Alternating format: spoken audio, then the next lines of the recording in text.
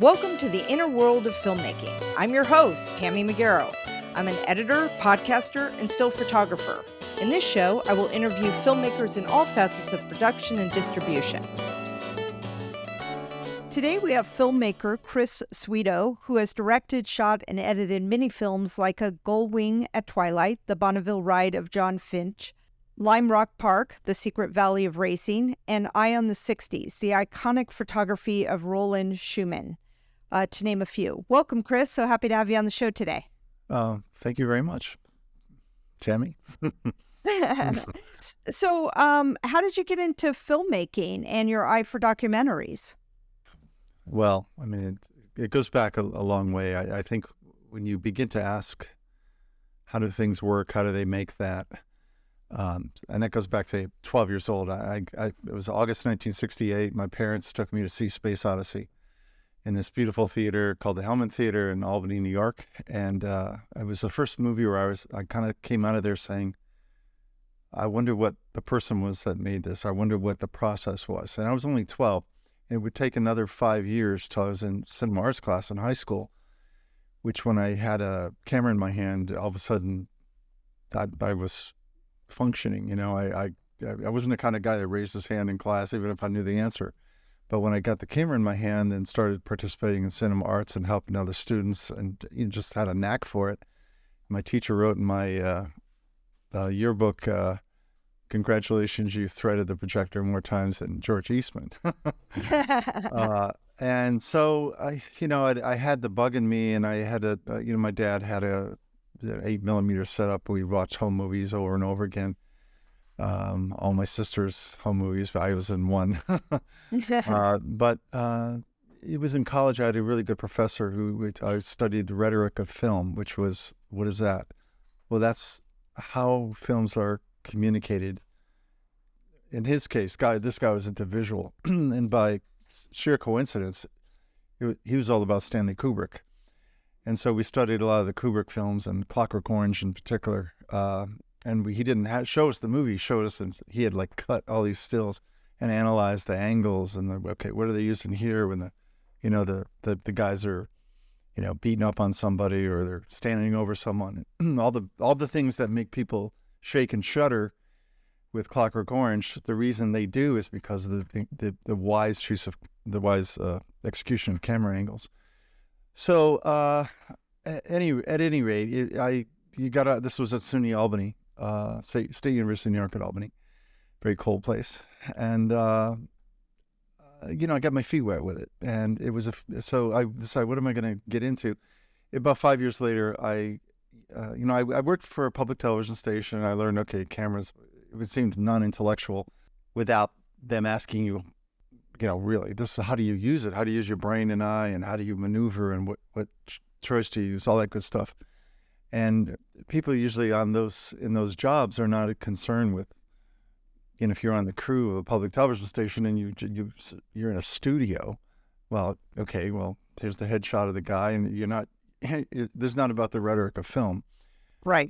It's when you get out in the world. And I was hired a few years after that by a company who built power plants, and they built up the road here in San Diego, San Onofre. And it was the 2001 Space Odyssey trip. Again, except that it was real with radiation. But it was a great place to film. And there was other non-radiation places too. But I got to travel all the U.S. and other countries making promotional films. And it was a certain point that, I really wanted to make my own. I didn't know what it was. And I happened upon Lime Rock Park in Connecticut. I was living in Connecticut. And I saw this is it. This is the thing I want to make a film about. And I was, it was all my own money and my idea. And I had a public television station in Connecticut saying, yeah, we'd love a film about this.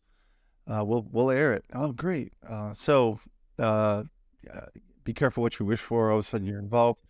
But I met a man named Sam Posey, who was a famous race car driver and a Emmy award-winning writer, announcer, very talented guy, artist. And he had been in the Indianapolis 500, and he was hired by Roone Arledge at ABC Sports to be color commentator for other. And, this man had the voice and the look And he was a much better announcer than a race car driver, although he was a really good race car driver. But he told me what Rune Arledge said. And this is what I tell people when they say, how do you make films? How do you write a letter to the editor? How do you do anything that comes out okay? And you have a very simple formula, and that is define a setting, introduce the player, show the player at play, and then tell the audience why it's significant. So that's a 4-cylinder approach. And, you figure any film you're starting, you want to help, okay, where are we? This is San Diego, or this is, the desert, whatever. And then the figure appears. Eventually people will do something. There'll be actions throughout. And so you get to know them and all that kind of stuff. And in the end, what is significant, that comes out by if you've done the other 3 jobs well, And so I take that formula to everything I do. And if you don't even know a subject, then you can wrap yourself around that basic idea that, look, I know I've got to do a good job of like filming where we are. And then the guy's going to show up. He's going to have all kinds of quirks and facial expressions and good angles and bad angles. You're all about getting that recorded. And of course, it's not just their actions, but their past with still photographs or home movies, all the things that go into a documentary. And then, it's the quality of your writing and how you've tied everything together with your transitions and how you've led the audience along, pointed and here and there all over the place. And then by the end, okay, you got them hypnotized, you got them into it. And so if you've done that, then it's an easy wrap session with how do you want to end this? And there's always choices on how to end films. The question was how I got into it. I gave you an answer about how I got into it and then how I did it. Yeah.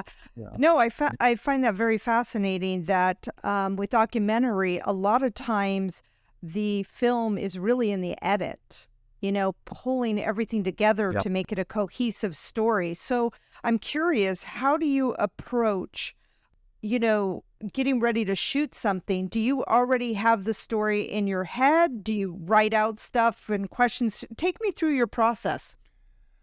Well, yeah, I mean, if you don't go into anything unless you visualize it, because then you get yourself in trouble. Now it's fun to learn things along the way and catch the wave and all that, but it does help that in the case of the Rowland Scherman film, well, any of these, I mean, in many ways they're passionate. I feel passionate about it. There's stuff that I was interested in childhood, like Life magazine, or toy race cars. That all of a sudden now they're on a big place, and so I can equate as a childhood fascination with something that I know if I'm drawing it from way back where I was, I'm still there. Except now I'm an adult with bigger toys and more resources. Right. So, and if I'm at all still intellectually inquisitive about how things work, how they're put together, who's doing this, then then okay, we point the boat in that direction. But, once again, how am I going to do this? Well, I know I've got to get setting. I know that people got to show up somehow. And I said, who is going to be in this film? And I don't like documentaries. All of a sudden there's 25 people that are interviewed. Like a CNN often has the 60s, the 70s, the 80s, the music or this or that. And it's like, and then Tom Hanks is in it, and then so-and-so's in it, and then somebody who, anybody's in it. And they're just throwing people in. But it's not the core. It's like when you go to a play, you could see a play with one person, 2, 3, 4, 5. But, they're rolled out. The characters are rolled out. And then you get to know them. And it's like if you're at a house party, if you were invited to be like one of 4 or 5 people, treat it like that. Or say, I'll go over here now, a conversation. I'll go over here. So you get all of that. That's part of the control. Who's really important here? Who has the most to say? In case of John Fitch, obviously he has a bunch to say, but then there's experts that know about him. Same with Rowland Scherman. Or anybody really. So you got to go in with a plan. I always write out a treatment, and then it's interesting to see if I stick to it. I don't write the whole. I don't storyboard. I can't draw. If there's a scene that ever required animation, I sit down with a guy and we said, because it's money, you want to make sure that those things go right. So it's, you want to leave room open too, like, oh, so and so shows up.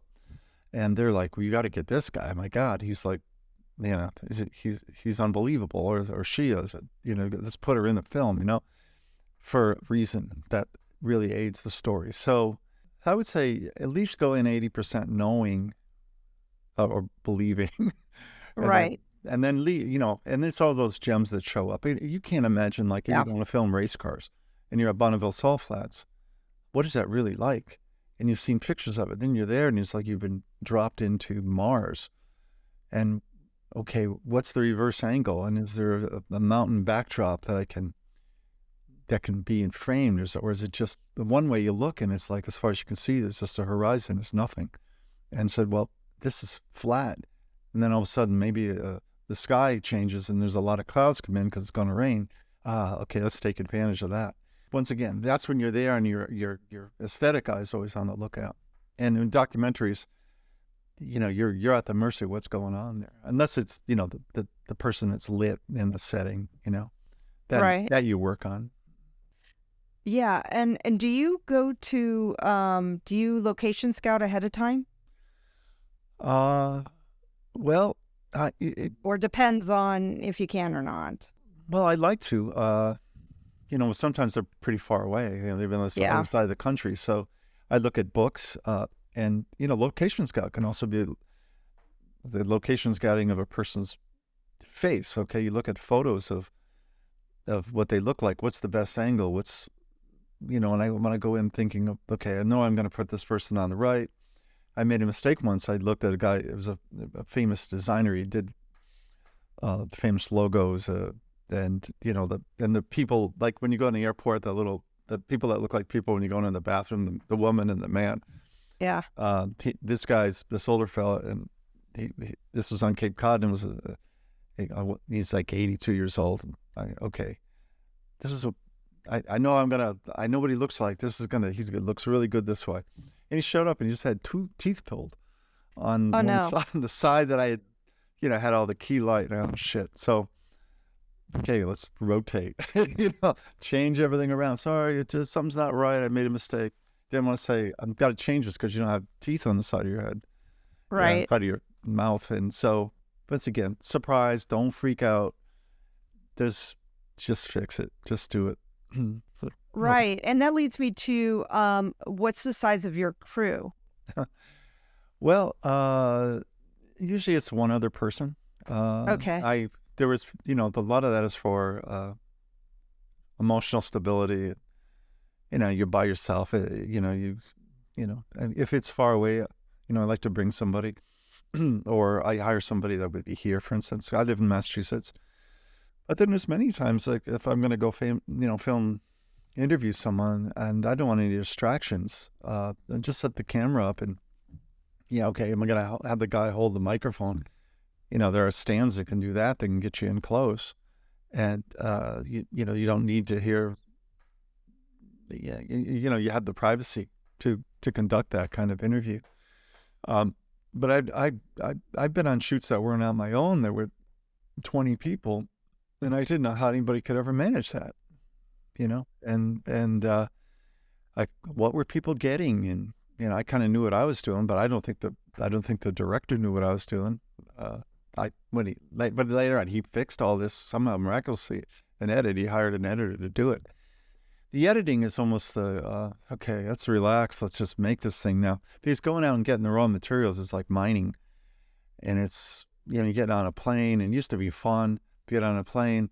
And then, and then 9/11 hit, and all of a sudden you're taking your shoes off and you got all this gear. And it's always something that is in the way. And the hard part is, you got to get there. You got to establish base camp. You got to get up. And you got to drive and go to it. So that's a physical part. And then you're there, you got to be on to get the shots and all that good stuff. What's your toolkit? Like, what do you bring? What's your gear? Decent, HD camera, some milk.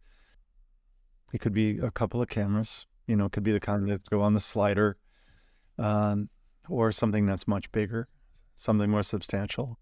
And I've always had an ARRI lighting kit, 650s, 1000, and I have a Chimera soft. Lighting has gotten so much better than the kit I have. Where these things are so light now, they can't possibly burn you. God Right. forbid. Yeah. But they still. I see them in studios on TV. Those blue Arri, wonderful, heavy, but they clang a little bit. But I always bring an external audio recorder, stereo handheld recorder. That's backup, and it's Yeah, also and just to get sounds and things like that. right. Do Yeah. you do a boom and a lav? Excuse me? Do you do a boom and a lav when you're recording your When I'm recording interviews? an interview, it's just a shotgun Okay. centered with a fuzzy thing over it, and Right. it seems to cover. It's pretty sensitive. It's fairly expensive. It's a Sennheiser, I think. Yeah, the best. Yeah, there's One of the several best. that are good. Sure, Yeah. Sennheiser. They're all pretty good. I was freak out, where, if you're on a boat and wind noise and all that. And sometimes you get lucky and sometimes you have to dance around it. There's many times a nice comment's ruined. It's impossible to fix. And said, okay, well, that's not going in. That was a good thought. But Right. Yeah, and it must be nice, the pleasant surprises, like you had mentioned, that when you're on a shoot, you can have in your head what you want to get, and then those moments, where you get that Sure. special pearl, and you're like, Yeah. oh, this is great. I can say, oh, I got to get on a plane. I got to go somewhere. Oh, it sounds fun, But then, you got a purchase order. And someone's asking you to make a film. And it's like locally, I made a film. It plays at the Cabrillo National Monument 6 times a day. And it's a film about the San Salvador ship that the Maritime Museum made. And, so you go out to the Cabrillo National Monument and you want to get the monument, and you realize it's a long walk down to that. If you've ever walked out there, it's a long walk back up. It's Yeah. Walking down's okay. Right. But yeah, part of it is to get the chaparral vegetation, all that's part of the story. And then the submarine comes by and you're racing to go to that. You say, oh shit, that's coming. So you're running and you're by yourself with this thing and the slider and whatever. There's some moments when when you're finally at peace and you're getting this and the lights falling down and you go, they kick you out at like 5:30 up there. Right. Yeah. Lights get good and whatever, and then you're saying, I'm at peace with myself. I'm getting these shots. I can't wait to go have a glass of wine. But one of the cool things was in filming that ship. So I'm up on the hill and I'm looking down. They give me marine walkie-talkie, and the captain's on board, and I'm communicating with them. And people are going by like, who are you talking to? And I go, this is the remote control for that ship. So I mean, it's a hell of a ship, It's and so I said, okay, the Captain Ray, swinging her out, and all of a sudden you just start to see the thing move, and it's out in the ocean, and that's a nice feeling. That's when the shoot is going well. Right. I like that. Oh no, so like in the race cars when they're coming around the apex, and earlier in the day you say, well, who's crazy? Who do I fear as they're coming around? And it's not the professionals, it's the amateurs at Lime Rock that can kill you. But you realize that the guy he's feeling his oats. Okay, I know he's crazy. If I go to the other side later in the day at another angle where the sun changes, and I know I'm going to get him spinning, and so like you can almost like bet on it, So that kind of thing works. And Yeah. other times, when you film in cold, when temperatures meet warm and cold, and you get fog, you look at the weather to what's going to be my advantage. Like in San Diego, okay, because it's so developed. But how are we going to get the San Salvador ship where it looks like it's in a place that's 1542? And oh God, thank you, Lord. The fog shows up, and all of a sudden you can't see all that rigmarole on the side of the hill. But there's the ship, and now you kind of frame it a certain way, and it looks like, wow, the only thing it's missing is the Indian tribe. Those things you hope for, if you're out there. Right. Well, why don't we talk about your project Eye on the 60s? I mean, what draw you to the project, and did you know the photographer? I knew his work, obviously, because he had shot the Bob Dylan Greatest Hits cover, the Halo, which he won a Grammy for, when they used to give Grammys for album design. You know, I was always interested in news, and my mother'd go visit friends across the street. My father'd be working, and I got stuck with Huntley and Brinkley, and that was good. I like those guys. So they're kind of babysitters for half an hour. But I was fascinated by news, and Life magazine in particular. It would be in the laundromats. It would be, obviously in the drugstore, and you tuck your way through it, and they go, this is totally fascinating. And I went into a place on Cape Cod, a gallery, a small gallery, and no one was in there. The owner, I think, was in the back room working on frames or something. And there was Dylan, and not just Dylan, but there was John F. Kennedy, and there was Joni Mitchell and Judy Collins in a tree house, and Sammy Davis Jr., Bobby Kennedy, and I mean, there are hundreds of these. They're all framed on the wall. It was dangerous to be alone there because this is fabulous, and it's the name Rowland Scherman, and I didn't know if he was alive, and the guy came up and I asked, "This is the work of one man," and he goes, "Yeah," and he goes, "He's alive?" "Yep." "Do you want to meet him?" And I go, "Yeah." "Are you sure?" Yeah, and so he's a lot like Louis Black, the comedian, that kind of personality. That is, okay. So that's what you have to work with.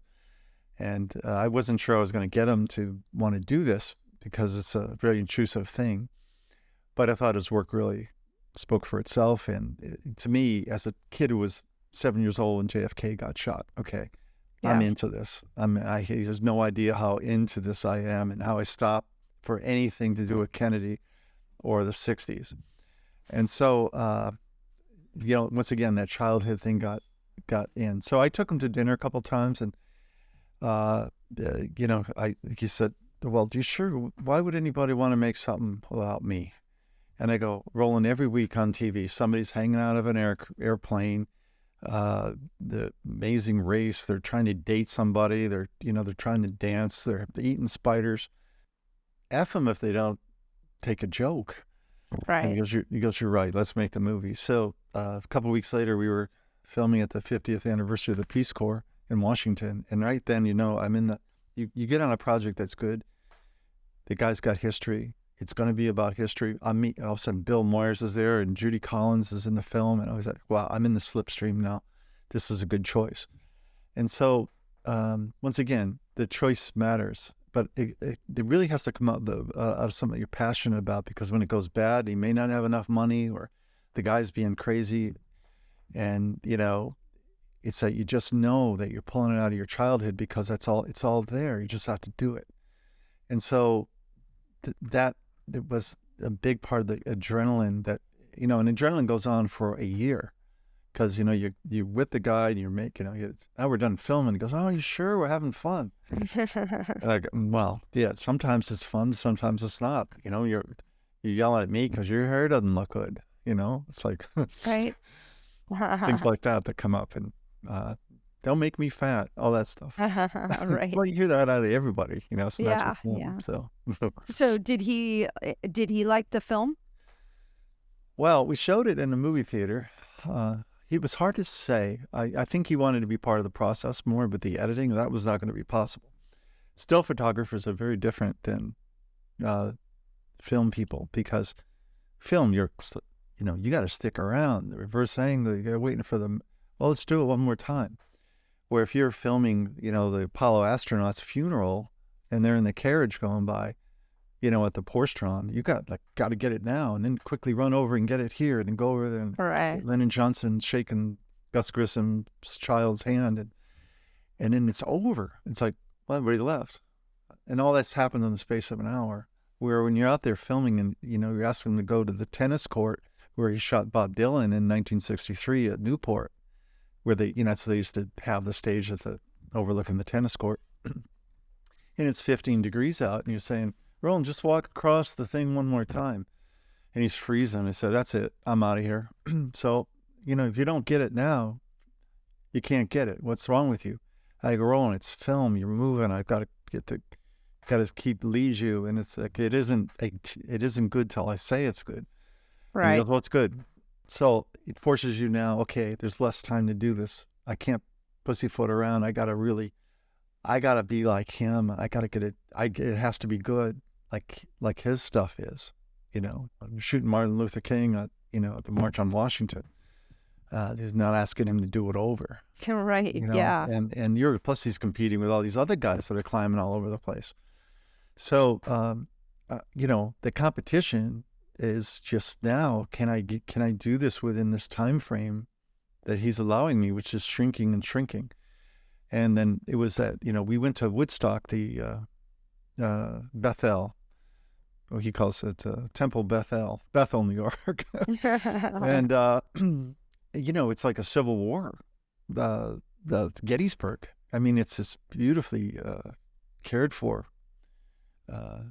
site with a monument and a beautiful, incredible museum on the top of the hill. And the other side, they built another venue.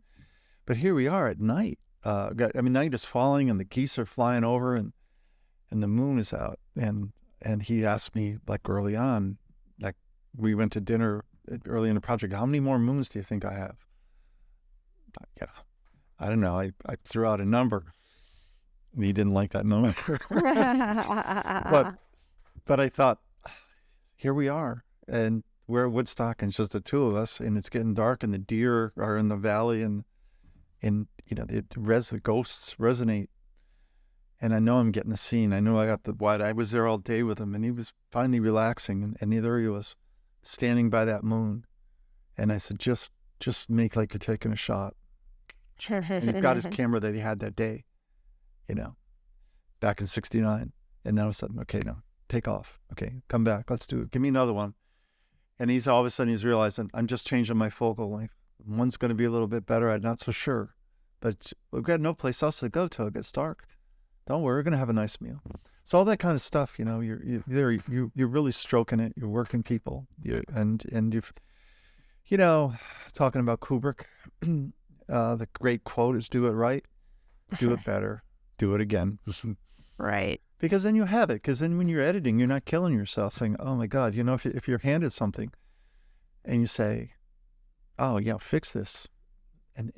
Or if you didn't do the job, I've never been in that position really, unless I was thrown out of some place where I didn't quite get the angle or, like this equipment problem.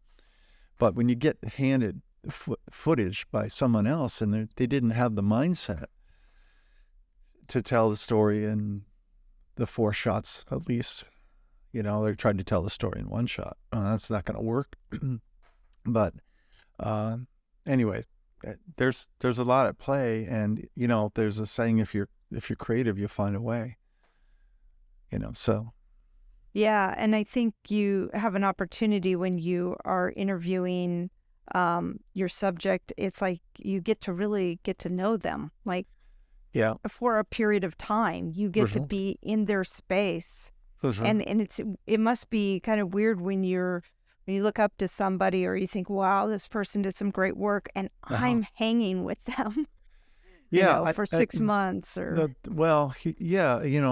With his work, I mean, he's got humor that's very dark, and it was interesting to go to the National Archives with him in College Park, Maryland. Is where like all the photographic history of the United States relating to U.S. history. They all have the surveillance photos that he took of John Lennon. Probably they won't have the shots that Annie Leibovitz took, but they'll have like John Lennon coming out of somewhere, right? But all that stuff it's there on the walls to entice you, and you get your pass and you're an official researcher.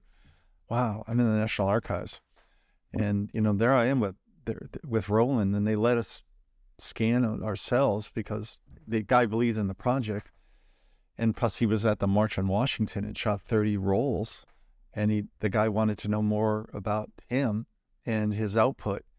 And it was fascinating that at that point it was close to 50 years, and Rowland is saying, okay, Mary Travers is coming up next, because big draw for him. Mary Travers pretty good looking, and he said, oh yeah, and this other person's coming up, and it's his memory of shooting it.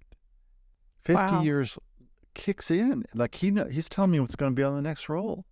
And he had like let go of those negatives like right afterward. He was paid double his rate, which was, I think he made a couple $100 that day. And thought, hell, that was great. And then, it turns out a lot of his work is in history books and posters, and he thinks, I was watching a documentary, Martin Luther King, every time it's his birthday or the holiday, they'll have a shot, and there's a shot Rowland took, or you see this with a famous shot of Dylan with Joan Baez at there, and they look so innocent, and they're angelic singing their songs, and that shot appears everywhere. I was just in the Academy Award Museum, which is fabulous, by the way, and there's a section devoted to Black film and the history of Blacks making films, and there's a contingent that went to the March on Washington, including Ossie Davis. And there's a picture of Ossie Davis with Sidney Poitier and Charlton Heston. And I know it says photographer unknown. I know the shot. I've held it in my hand. And I said, I went up to the docent. I said, I know who took this shot. And he goes, yeah, how do you know? I made a film about it. So I took, these are great. Take a shot, send it right away to Rowland. He's like, well, I'm going to get him, man. I'm going to get him. So immediately writes to the curator, I'm the guy who took that shot. I can prove it. And then he's got these other ones. So, I said, he just wants the proper credit, not courtesy of, some service, Yeah. But, you talk about famous people, and, I had interviewed Paul Newman, and I interviewed Judy Collins, and big difference in the two people. And how so? Well, you got to get Newman on a day he actually wants to be recorded. This Lime Rock Park racetrack was his place. He went and learned. It's sort of the field of dreams for race car drivers. It sits in the Berkshires in this valley, and it's stunning. And it's one of these things when you go to a place and there's nothing else around, like a Hearst Castle, it's it. And as far as you can see is racing, and it's in a valley with, the Appalachian Mountains around Berkshires, whatever. And anyway, everybody else is in this film had raced at Le Mans, been on TV and everything and that stuff. But you got to get Newman because he's associated with it, right?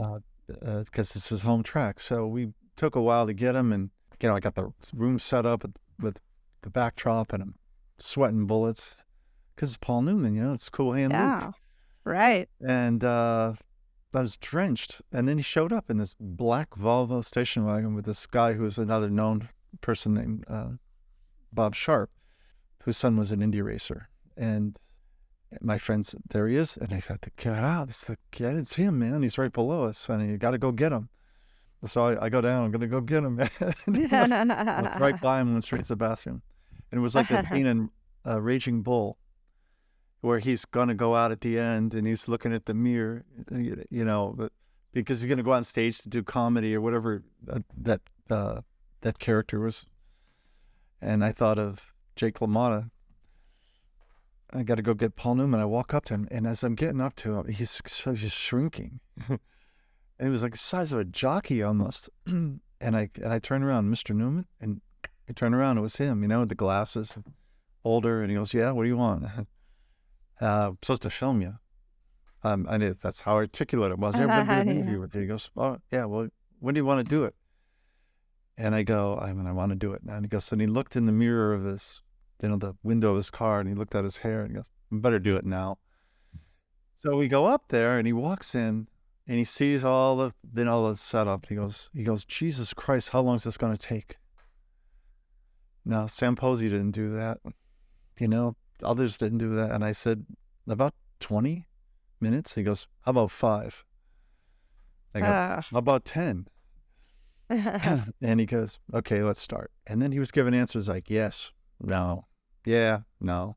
And he's wearing the glasses over his nose, and he was like just being terrible. And I was getting pissed because here I was, I spent my life, I'm in my spending a fair amount of my life savings on a movie, which I don't know anything really. I started, and it was just a passion for little cars. And here I am interviewing all these people. And I know I got a good film because all the B-roll is great. And I had read a magazine article he said that his reflexes, and this is the age of 75, were good enough to catch a fly. When we were setting up, there was those big flies that are just bigger, that are slower, was flying around, and it was like, I hope this thing's not going to get in the shot. And we tried to kill it, missed. And this is all on, we got this on tape, you know? And so I wasn't running camera. I was sitting there figuring, oh, my friend's gonna, a guy that I'm hoping hits record, you know, because I'm so paranoid. And the fly comes by, and I'm thinking, I'm looking at it, and Mr. Newman, now this is like, he's not giving me a damn answer. And I'm running out of time. And I said, I've heard, and I go, that your reflexes are good enough. And I put my hand out. The fly went right in the hand. And I said, good enough to catch a fly. And I handed it to him. And he goes, that's really good. What you got to do is this. And he jumps out like kung fu. And he tears the microphone out. But he's funny. He's laughing. He thinks that this, now, all right, I'm going to be nice to this guy. He caught the fly. He quoted me. And it's like, my friend said, that's unbelievable. Yeah. You can't, you know, it totally happened. So all of a sudden now he was like warming up, and he was giving answers. And so my armpits are like soaked. Okay. Right. This guy has freaked me out. And I said, this is the last time I've ever been afraid of anybody in my life. And he gave a nice quote that he boxed, and he asked Joanne, I danced, I tried skiing, but with racing I found my grace.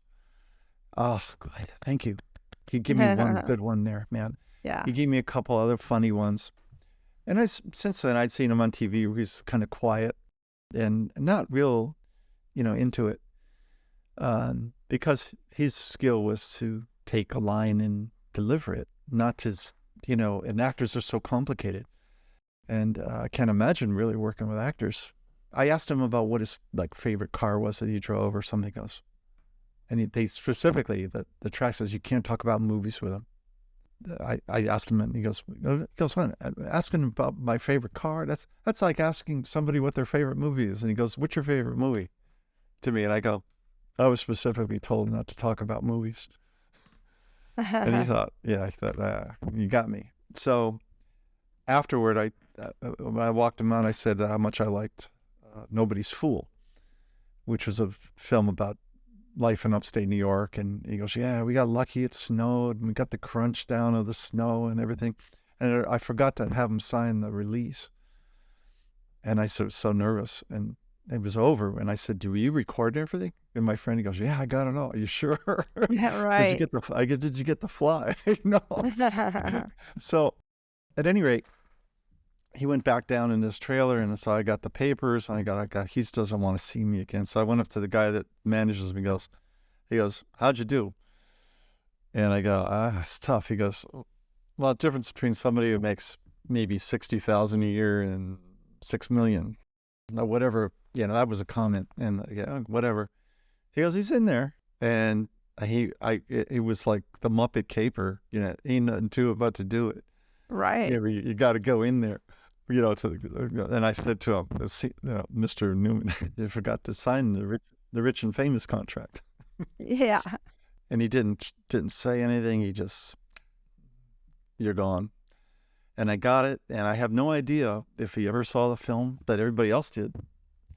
And then somebody like Judy Collins was just warm, and you didn't want to leave the apartment, you know. It was the personification of the 60s and music right in front of you, and a good friend of Rowland, so everything was working. You know, I was more worried about how I was going to light her, you know, Right. which angle. I was just curious, like, so how have you learned over the years, like, how to work with somebody when they're not really giving you much? Like, Yeah. what's your Yeah. tactic? Oh God, this works all the time. I didn't use it that day, but I since developed it. And I said, okay, and especially, you know, somebody that doesn't do it, or they don't really want to be there. And he said, okay, I'm going to ask you 10 questions. If you get 3 right, you get to be in the movie. So you're laughing. Right. They laugh. It's a great icebreaker. It always works for me. And, you know, I'm the one who's more nervous. because I got to get the job done. And like I had to, I did another project last year with the Maritime Museum. They were getting rid of the Russian sub, and they wanted to tell the story of the Cuban Missile Crisis, and because there was an identical sub that had been involved in an incident in October 1962 where they were about to launch a nuclear weapon on the U.S. Navy, and we came that close. They had me. They hooked me up with the former head of command for the Pacific, a San Diego guy involved in the creation of Liberty Station. Really nice guy, and then 2 sub-captains. One's an author, and I mean nuclear sub-captains. And so here I am. I'm reading up on these guys. I'm reading their rap sheet. It's incredible, and I just can't wait to interview them. But what am I? I've scuba dove a couple of times. I don't know about being on a submarine, Right? but I've seen the movies. But you find the common ground. If you show them respect and interest with anybody, what they're doing, all of a sudden they're picking up on your ability to communicate, and it's like all of a sudden they're trying to have fun. You give them that the answer 3 out of 10, and I'm like, all right, yeah, we make mistakes all the time, We haven't launched any nuclear tip warheads by accident, Not right. But we make mistakes. Yeah. But they all, it's great when you get people who are leaders and they can articulate anything about their profession. And then there's another guy who can take it and put it into philosophical terms, or somebody that's funny. Oh, good. They gave me a funny. And I know that funny can be a transition out or in. Sometimes they've said something and it works. And I said, let's just cut it down. Because what you said was funny. And then they kind of said, okay, I know this isn't your screen test, but let's just try it. And they said, okay, they'll work with you. And, one guy in particular was multiple takes. He was willing to go. It takes a while to learn how to interview people, and especially with the camera running, and, you're aware of it. And then after a while, you just have to let go. And, like when you see the real pros, and there's a journalism side to your job here as a documentarian. And maybe you are a journalist with artistic leaning, but so you got to wear many hats, and definitely one of them is, if you're talking to experts, you got to at least look like you know what you're doing and get something out of them. Yeah, and I also think you have, like you've pretty much been sharing, is you have to be curious. You have to be curious about them and what other people might want to know, and also. I think when you're sitting with people, what's kind of cool about the one-man band or 1 or 2 people is you're creating an intimate, safe place for somebody to share. And then it's just you and the person instead of, you and, like you said, 20 other people. And then it's like, oh, yeah, I'm supposed to open up about something while everybody's listening. One time I had to interview Loggins and Messina. Little comeback thing, and it was a public television thing, and it was out in La Quinta Resort, Palm Springs, and I had said it was this hacienda that, okay, I'm going to do this, and I'm lighting this, and hours ahead of time, and then all these people started showing up. I don't know who the hell they were. They wanted to see it, and it just didn't go well. And I was, and they weren't like, I'd seen them when they were in their prime. I didn't see them with beer bellies, And so now they're sitting on the couch together. Now I got 2 sized people, one taller, one shorter, both cool guys. But I can't think now. Everybody's over the top of me, and the client's there, and he's the one's asking questions. And you're doing everything you can to maintain focus. Right. It's low light. And so you just wish there was one more person there to kind of handle this. And it's a, so it was, but that's a job where it was, okay, kind of a favor. Hey, as long as you're coming out here, can you film this? We need somebody to do it. And then those are not fun. It's, you have to have some level of control. And like I say, when people start showing up, and if it's in public, it's part of the deal, if you're going to film the Women's March, you want 20,000 people. Right. Yeah. Yeah. I guess it's all relative. Yeah. And also, there are times where you're not in control. it's somebody else. And so you just have to sit back, be quiet, and get the job done, kind of thing. Yeah, well, sometimes that letting go is a tactic that works. You don't have control of the ocean, don't have control over, the race car coming at you, or somebody is just unruly, somebody is difficult. Yeah. And so, you realize there's a long way to the end, especially if you're working on an hour documentary. This one scene is not going to make or break it. Right. You know? And the other thing I always think about is, if somebody says no, and that could be a bummer, like, oh, I really wanted to get them in, but there'll be somebody else. Yeah. So, Well, yeah. That necessarily hasn't happened to me. I was always trying to be reasonable, and that people that really need to belong in it know it and don't have a problem. And there are certain professions like race car driving, they want to be on. They're all about promotion. They're all about if I do this interview and I look good and some sponsor sees me for the future, or especially someone's got the goods. The people that are good at their profession don't have that necessarily that level of insecurity that they're going to say no matter what. Oh yeah. I was going to ever do a documentary about Marlon Brando, but if he ever met me and saw my technique, maybe you think I was an idiot, but maybe say, I'll give this guy 5 minutes. Maybe I'll give him 20.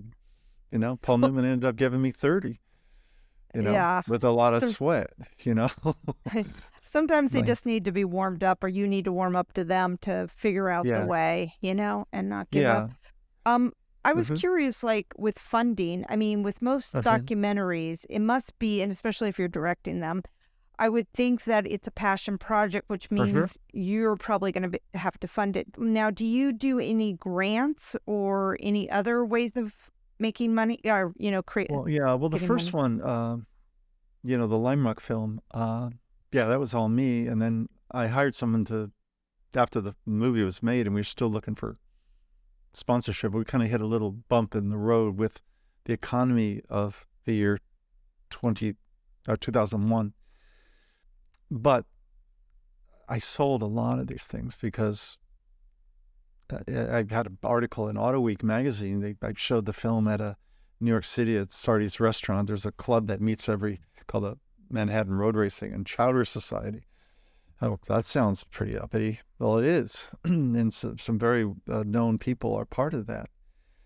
And Walter Cronkite had been in that at one point. But the press comes to those. And so they got to see my film, and a guy for Auto Week wrote a review. Next thing you know, that week, I had 500 orders. All right. Shit, how do I possibly fulfill this? Yeah. And I'm getting kids in my neighborhood to help me package them up. And I can only put them on the back of a pickup truck on a sunny day. It's like, I wasn't prepared for this. I was just going to make the movie. But now I got to get my money back, so I got to sell them. But so anyway, they have a store at Lime Rock. And, there's a lot of ways to sell that. So I got it back in spades on the back end. And then the next one, guy said, I like your work. I contribute a little bit to your next film. So that was, and in the case of Rowland's film, I said, let's just make it. And to bring to public television, if you go through certain channels, it's incumbent upon the producer to pay the fees. You got to have their legal and make sure this thing clears, that you didn't rip it off from somebody. Satellite transmission, all these technical things. It's just, you need probably around $16,000, $18,000, $20,000 to, they think, well, didn't they pay you? Well, those are real costs. And so I went on Kickstarter and raised that. And that was fun to wait to the last moment to see whose thing was going to get to my goal, Yeah. But now there are others. And I have tried to write grants, and I said I'd still be writing them. And then you keep running into the same people. And in WGBH, they're making all these documentaries. Their paws are all in the same place. They're there first. Now, why are they there? Aren't they wealthy? But it's very hard for an independent. You have to be so passionate. You have to really want this more than anything. And you have to say, well, damn it, my idea is good. and I know how to get it. I know how to get into people's heads, and I know how to make this. And I don't want to be arrogant about it, but you got to get upset. But then you got to let go and say, well, they do their thing, and their film's not going to be anything like what I do. I can't do what they do. I wouldn't want to do what they do. But the thing that in the end, it's like, okay, will the audience see what I'm seeing about Rowland Scherman and about how life is fast and immortality is only available in photography, and your best piece of equipment is yourself and in your dream. That's what I want to say to people with some of these films I make. That my motivation for doing them.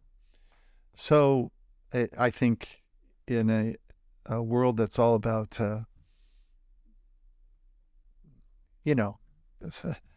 this and people walking around with their heads down, not looking up at life. Yeah. I want to be reminded that things are real. Right. And that's the projects I want to do. Yeah. And, they don't come every day. In many ways, it's good that they don't come, because then a year and a half of your life is going to be, well, you're going to be sitting on Kellogg Beach or, walking up in Mission Trails every day. Right. Yeah. Well, but it's also great that you, you film it, you edit it, so it's not like you're having to pay somebody else to do those things. So right. that must make it better. The thing about all the art forms, it's like songwriting, okay? You sit there, you do it.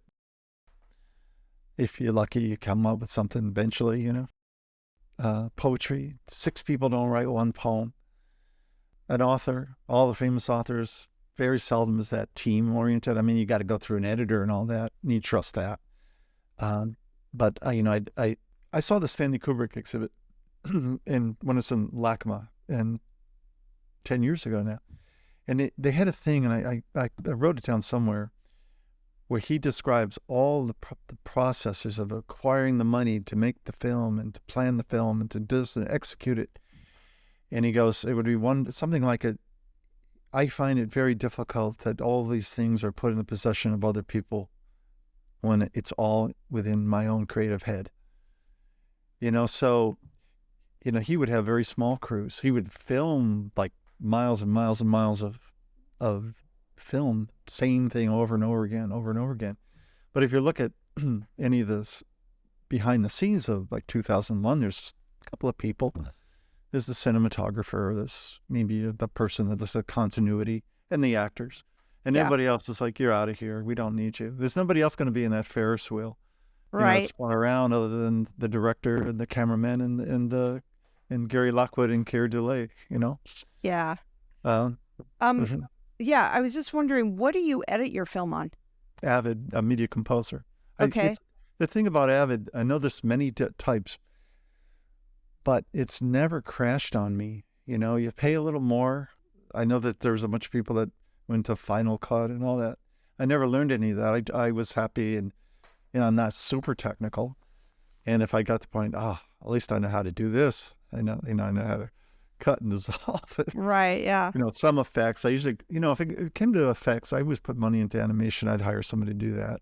Yeah. And then you just edit that in, Now, do you create music too? Or do you buy? Yeah, I used to hire people, but then, I got the point where I'm satisfied. But then, it's like, let's try it. Let's see what happens. Because when it's nice, like when you're filming and you can hear the music that the scene is, like out in Bonneville, it's going to be spacey. It's going to be ethereal. And with, as John Fitch is coming down in the Mercedes Gullwing, and it's got a thump, thump, thump, thump, it opens up possibilities, and you're sitting near the synthesizer or the guitar. That once again, it's part of that joy of establishing setting. And I was jealous of when I'd hand a film over to somebody to score. Damn it, I've done all, they get to color the coloring book now. I want to be the guy that colors the coloring book. So, and of course, then you run the risk of like looking foolish, especially if it sucks. So it has to be kind of decent, and it has to not only be decent, it has to work. Right. And so I didn't the first several time to client films, or were very used to me hiring people, I didn't say that, I went outside, that I was doing that on my own. And I said, how'd it go? How'd you like the music? Yeah, the guy did a good job. I said, okay. Yeah. Well, do you know how to music compose? Yes. Yeah. Oh, you do? Yeah, So do you yeah, now? Now Now that's you do part it? of what, yeah, I mean, you start, how long is this, what's the need here? How long's the scene? Is it just something that requires a little percussion? Is it something that requires at least 4 tracks or 8 of something, or something unique, an unusual sound, and a theme? Sometimes people write that's music that's just kind of going along and it's just coloring, the books are in behind me. Nah. Right. But something that if there's a character that appears, that there's just some little subtle theme that the memorable doesn't have to be like, it's a melody, you only have so much time to develop it, for a scene, and then somebody's talking over it. But, something that where there's a sad moment, hey, you just go to your minor keys. If something's a little more happy and Christmassy, it's the key of C. There's a saying that says you hit the keys till you get them right.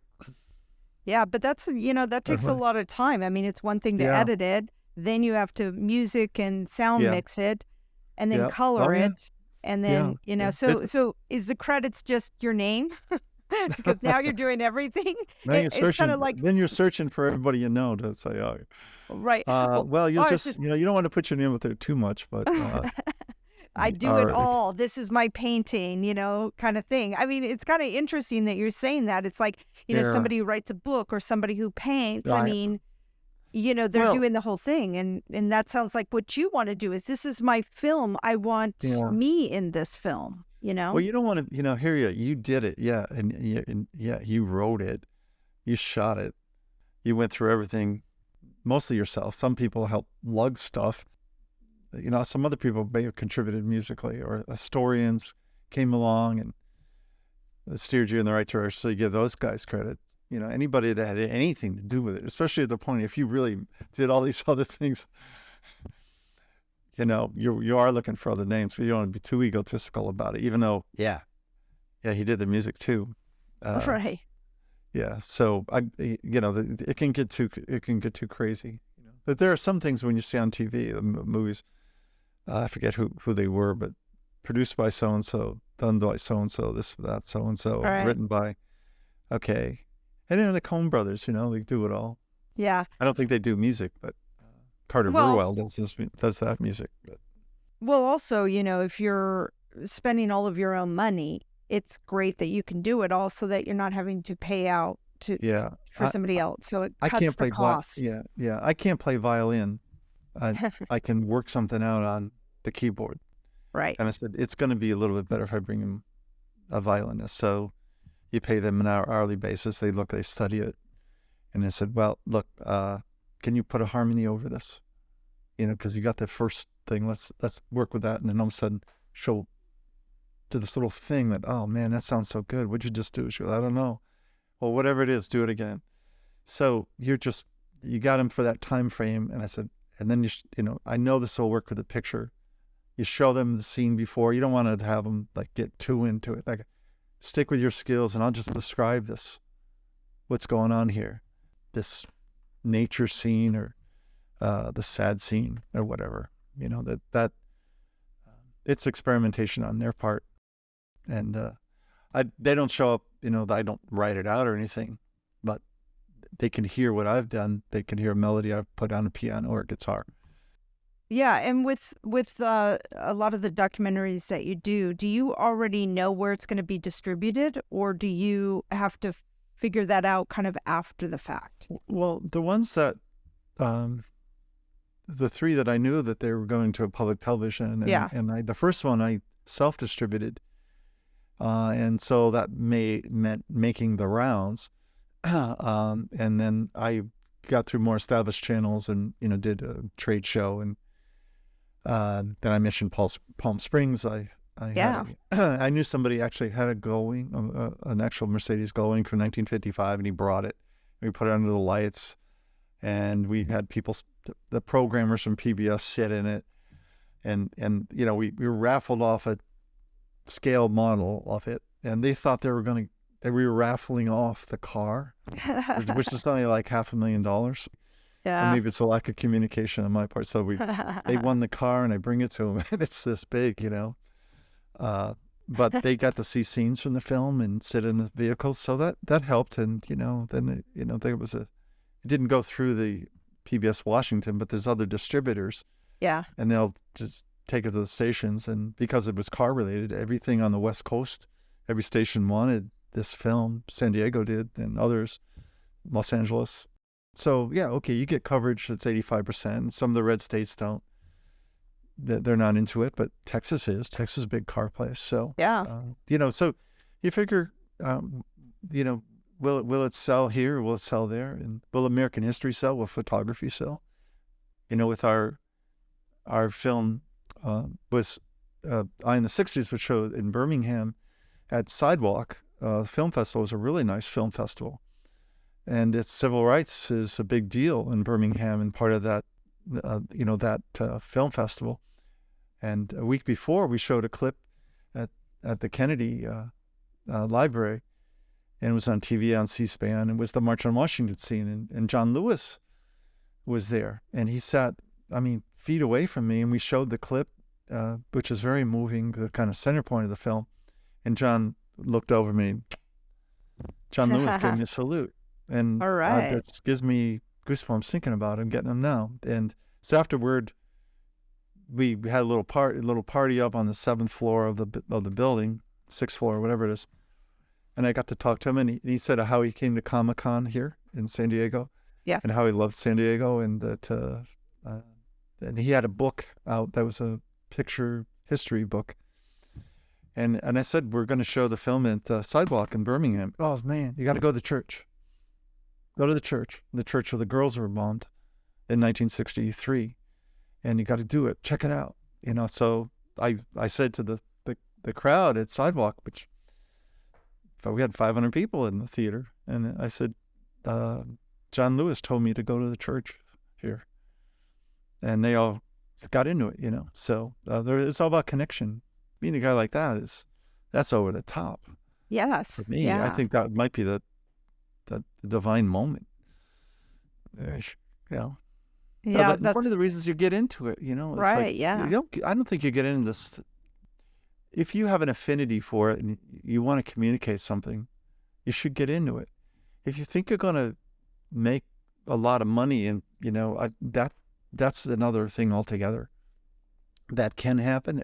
Most people it doesn't, from what I hear, and some people are just happy to be like the guy that owns the lighting truck. Those guys seem to make out like bandits, yes. Who wants to own that? And then they come up with all this, the pigeon plate and this and that, and go to the truck and get me a pigeon. And I go, what are you talking about? I don't know this lingo. I'm just trying to let ahead. Right. Yeah. So I some of that technical stuff gets in the way when you really when you talk to somebody about audio frequencies and recording in a different lighting, and oh my God, you see the spec sheet when you got to deliver the stuff to public television, and it's like, what is IRE? Isn't it, Ireland or something? It's if you're an artist, you're not necessarily concerned with that. You're trying to stay on message, right? Yeah. So there's so much to know, and as you yourself, are into this. It's a wild horse. You try to ride it, try to get it done, and you just hope that somebody connects with it when it is. Absolutely. Yeah. Any parting words for our listeners? Any words of advice over the years that you'd like to share? Anything you'd like to share? Well, I already had about the subject. About defining a setting, getting that subject in there and depicting him, showing them what they do, and then telling that audience why it's significant. That is a clear way. You can write a letter to the editor that's successful. based on that. So I think just be honest with yourself and what you're capable of, and try to reach a little bit beyond that. Don't kill yourself over this. You can get so obsessed with it because no one else is going to get the job done. And Right. I mean, there's a lot of different jobs in this industry. There's people who are just editors. There's people that are direct commercial. People that are just animators, sound guys. And with documentaries, oftentimes you see a lot of the work that's out there. You're bringing a lot of things in together at once. And I just say, just be honest with life, honest with yourself, and take an interest in other people, and their subjects and what they're about. Because ultimately, if you're going to say, well, I'm doing this for myself, that's only part of it. You need to be doing it for others, because that's how the work will be recognized. Because though somebody will equate with